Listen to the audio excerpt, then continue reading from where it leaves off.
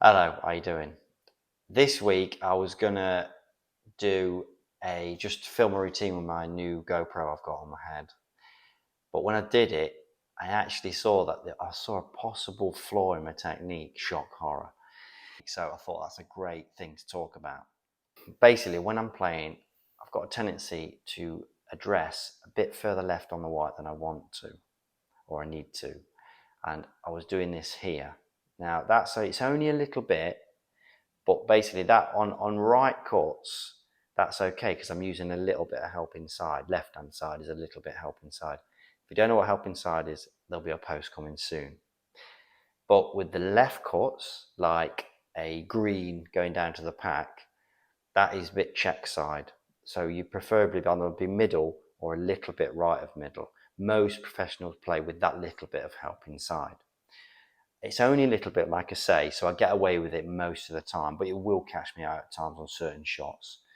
Why do I go left? It can be a few reasons. It can be a little bit of a habit. Sometimes it's hard for players to see that middle. Usually, like I say, players have got a side that they'll go to, so you just have to be on top of it. But yes, the left is mine. I have to make sure I'm a bit further right. Take a look at the video. Just make sure you see where I'm addressing the white, and just notice that I'll only ever really be left. Very rare I'm too far right.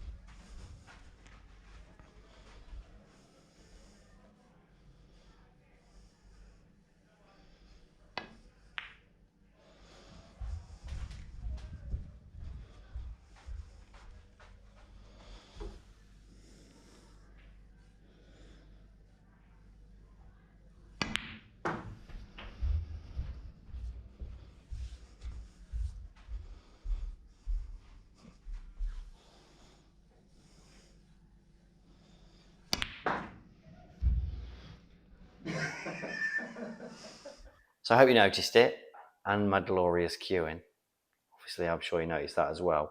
That, like I say, on the right cuts, I'm going a little bit left, which is fine. But on the other way, I'm not going as far right as I go left, if you know what I mean, on the opposite shots.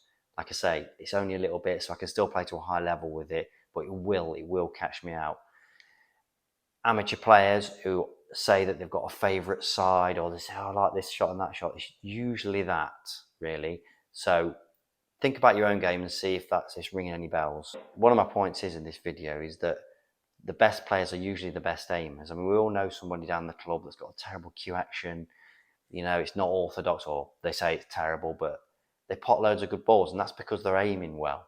And it's surprising how bad you can hit balls if you're aiming in the right spots. So the message in this video is, if you are struggling, go to aiming first rather than you start thinking about your cue action, because it's more than likely that professionals, obviously their cue actions are more reliable, so they'll always go to, well, they should go to aiming, but it's all relative. In amateur snooker as well, they're worse aimers than the professionals.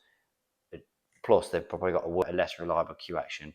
But first things first, always go to aiming first, because if you could have the best cue action in the world, cue straight and do all the things you're supposed to do, but if you're aiming in the wrong spots, it doesn't matter, you'll miss. In fact, if you're aiming in the wrong spots, you can only pot it if you cue badly.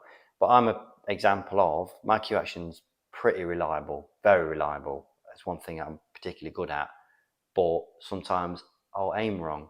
And like I said, if you've got that bad, if you can cue as well as you want, if you're not aiming in the right spots, you will miss. So it's something I can work on, and the message is aiming, aiming, aiming. Have a think about that. Comment below, subscribe, share it. I'll see you soon. Also, I'd like to thank Baggers for some quality refereeing.